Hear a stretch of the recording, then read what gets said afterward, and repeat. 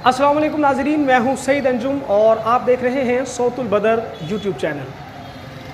नाज़रीन, तहरीक लब्बैक के कारकुनान और तमाम अहले इस्लाम के लिए एक बुरी ख़बर है और मुझे उम्मीद है कि रियासत मदीना के शहरियों के लिए ये ख़बर अचंभे से कम नहीं होगी, क्योंकि हाल ही में इस्लामाबाद से ये ख़बर मौसूल हो रही है कि वज़ीर दाखिला शेख रशीद साहब ने तहरीक लब्बैक पर एंटी टेररिज्म एक्ट 1997 11B के तहत पाबंदी लगाने का कहा है।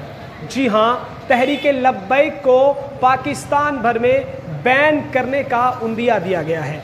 इस खबर का क्या मतलब है?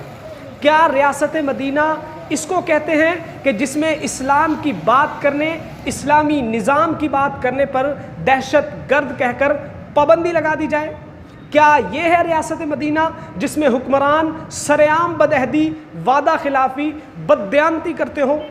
क्या ये है रियासत मदीना जिसमें गुस्ताखी करने वाले अमर जलील को तो रिहा कर दिया जाता है, लेकिन आशिक रसूल हाफिज साद रिजवी को गिरफ्तार कर लिया जाता है?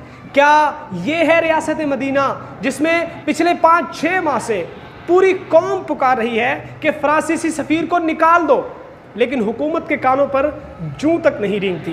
क्या ये है रियासत मदीना जिसमें एक आला अदलिया का जज जस्टिस काजी फाइज ईसा सरेआम ये कहता फिरे कि पाकिस्तान का आइन पहले है और इस्लाम बाद में है?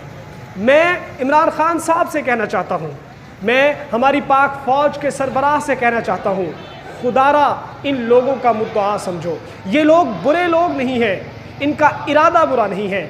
ये लोग सिर्फ़ और सिर्फ इस मुल्क में निज़ाम मुस्तफ़ा चाहते हैं और इस्लामी तालीमात का अहया चाहते हैं।